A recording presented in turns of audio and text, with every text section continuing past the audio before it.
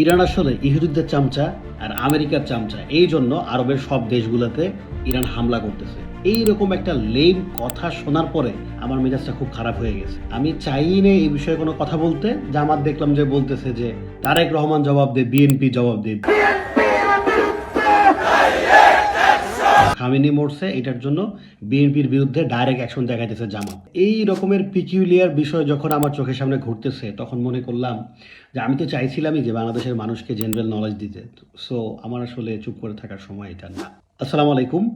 আজকের এই ভিডিওতে আমি আপনাদের দেখাতে চাই যে যারা বলতেছে ইরান হচ্ছে যে আমেরিকার বন্ধু, আবার কেউ কেউ বলতেছে যে ইরানের উদ্দেশ্যই মুসলিম দেশগুলোতে হামলা করা, তো এটার আসলে কতটা লজিক আছে। দেখেন, মদিনা বিশ্ববিদ্যালয়ে পড়েন, বাংলাদেশের বিশ্ববিদ্যালয়ে পড়েন, আর যেই বিশ্ববিদ্যালয়ে পড়েন না কেন, কমন সেন্স আপনাকে আল্লাহ দিবে। কমন সেন্স কোনো ইউনিভার্সিটি আপনাকে দিবে না। যেটা হয় যে আরবের শেখরা সেই ওয়েস্টার্নদের পায়ের নিচে থাকতে থাকতে থাকতে থাকতে থাকতে থাকতে এমন একটা খারাপ অবস্থা হয়েছে, তারা প্রিটেন্ড করে লাইক তারা জানে যে তারা আসলে আরবের মালিক না, তারা আরবের চামচায়। আরবের আসল মালিক হচ্ছে আমেরিকা। কিভাবে?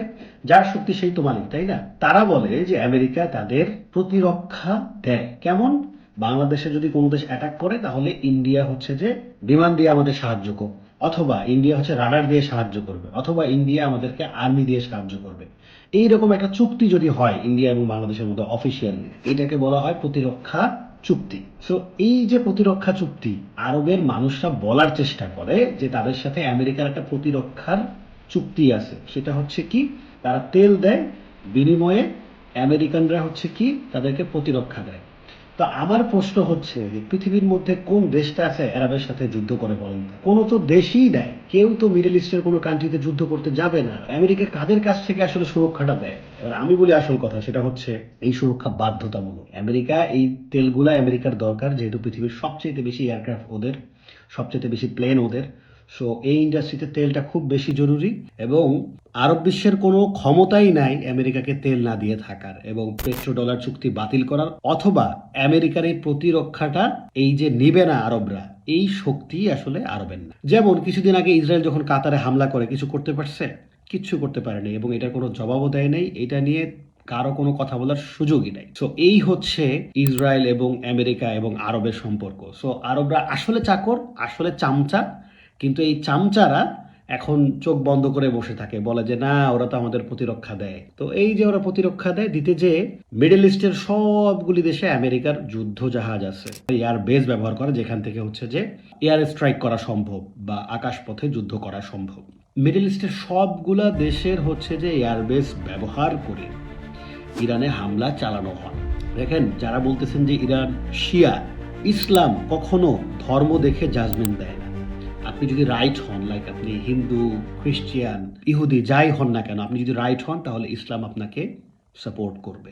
এটাই হচ্ছে যে ইসলামের নিয়ম। যেমন আল্লাহ রসুল সাল্লাল্লাহু আলাইহি ওয়াসাল্লামের কাছে একজন ইহুদি বুড়ি মহিলা গেছিল বিচার নিয়ে, এবং তিনি দেখলেন যে ওই মহিলা সত্য, এবং যে সাহাবীর বিচারটা করলেন ওই সাহাবী এইখানে সত্য না।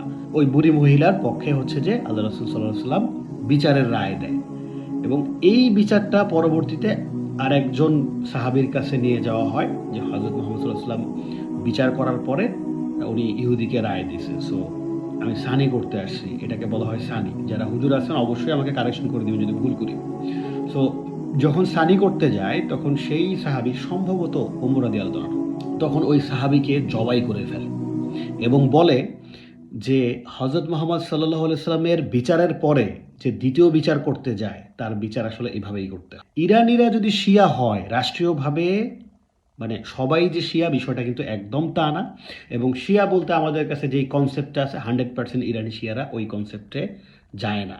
সো এটার ভিতরের ব্যাখ্যাটা আমি বললাম না, আপনারা দেখে নেবেন। আপনারা ইরানের মানুষের কথা শুনবেন যে তারা কালেমা, নামাজ, রোজা, হজ, জাকাত বিশ্বাস করে কিনা, তারা নবী মানে কিনা, সেটা দেখে নেবেন। এই যে মুখে মুখে কথা শোনেন, কয়জন মানুষ ইরানে যে খবর নিচ্ছেন, বা শিয়াদের সাথে ক্লোজলি মিশছেন কয়জন, বা এই যে আমি যদি বলি যে মুসলমানরা নামাজ পড়ে না, কি বলবেন?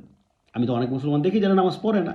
সো শিয়ার ব্যাপারেও হয়তো বা কিছু ভ্রান্ত ধারণা আপনারা পেতে পারেন, যে হ্যাঁ, অমুক একজন শিয়া দেখছি, সে নামাজ পড়ে না, সে নেশা করে, সে এই করে, সে সেই করে, সে নবী মানে না। মুসলমানদের ঘরের সন্তান অনেকে জানে না যে নবীর পর্যায় কি, জাকাতটা যে কত গুরুত্বপূর্ণ এবং জাকাতটা যে ফরজ, এটাকে অস্বীকার করলে যে মানুষ মুসলমান থাকবে না, এরকম মুসলমানদের ঘরেই তো নাই। নারীরাই তো আজকাল পর্দা মানতেছে না, নারীরা জানেই না যে পর্দা কতটা গুরুত্বপূর্ণ। সো তাই বলে আপনি বলবেন যে মুসলিম নারীরা পর্দা করে না? কোন শিয়া কোথায় বলছে যে সে হচ্ছে যে নবী মানে না, একজন দুইজন পাঁচজন দশজন, তাই বলে আপনি পুরা গোষ্ঠীটাকে বলে ফেলবেন যে তারা সবাই নবী মানে না? কোনো প্রুফ আছে আপনার কাছে? আমার কাছে নাই। আপনার কাছে থাকলে সেই প্রুফটা দেখাবেন যে কতজন মানুষ তারা বলতেছে যে শিয়া একটা আলাদা ধর্ম এবং তাদের ধর্মে নবী মানা হয় না, বা হযরত আলীকে বেশি গ্রহণযোগ্য মনে করা হয়।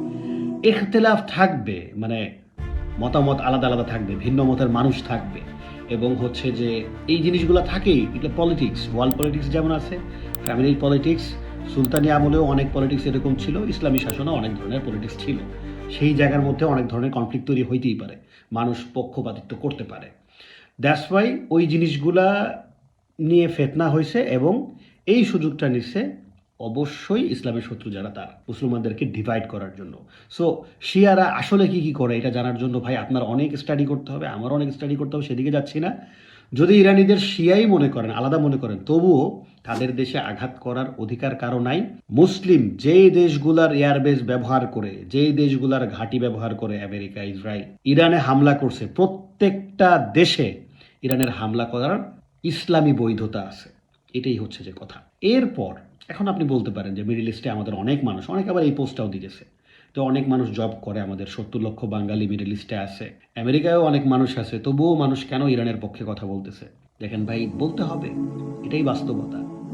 সত্যের পক্ষে থাকতে হবে। আমাদের মানুষ ইউকেতে আছে, ইউএসএতে আছে, ইউরোপের বিভিন্ন দেশে আছে, তাই বলে কি তারা অন্যায় করলে তাদের অন্যায়ের প্রতিবাদ করতে হবে না? এটা কোন ধরনের নিয়ম ভাই? এটা তো কোনো জাজমেন্ট না। এটা কোনো জাজমেন্ট হইতে পারে না যে আমাদের মানুষ ওখানে আছে তাই অন্যায়ের কথা বলা যাবে না। ডেফিনেটলি বলা যাবে, অবশ্যই বলা যাবে, এবং সবার বলা উচিত।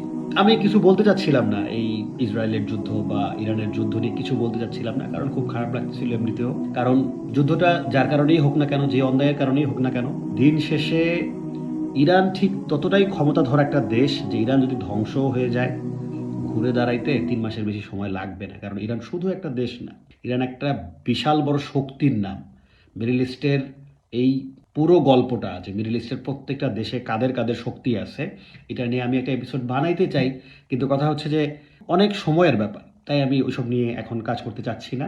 অ্যাটলিস্ট এইটুকু বলতে পারি যে ইরান ঘুরে দাঁড়াইতে হয়তো বা 3 মাস লাগবে, কিন্তু বাংলাদেশ, মানে এই বিশ্বে যুদ্ধ হওয়ার কারণে বাংলাদেশের যে মানে মানুষ যে জবলেস হবে মিডল ইস্ট, এবং যে সংকটে পড়বে, যেই জিনিসপত্রের দাম বাড়বে, ওই ভয়ে আমি আল্লাহর কাছে দোয়া করতেছি যে আল্লাহ, যুদ্ধটা যেন খুব দ্রুত থেমে যায়, আমাদের মানে এই গরিব রাষ্ট্রগুলির হচ্ছে যে কষ্ট হয়ে যাবে। সো আপনারাও দোয়া করেন আল্লাহর কাছে যেন যুদ্ধটা খুব দ্রুত থেমে যায় এবং গরিব দেশগুলো যেন বাঁচে। ইরানের চিন্তা করতে হবে না, আমাদের অবস্থা সবার আগে খারাপ হবে, as far as I know.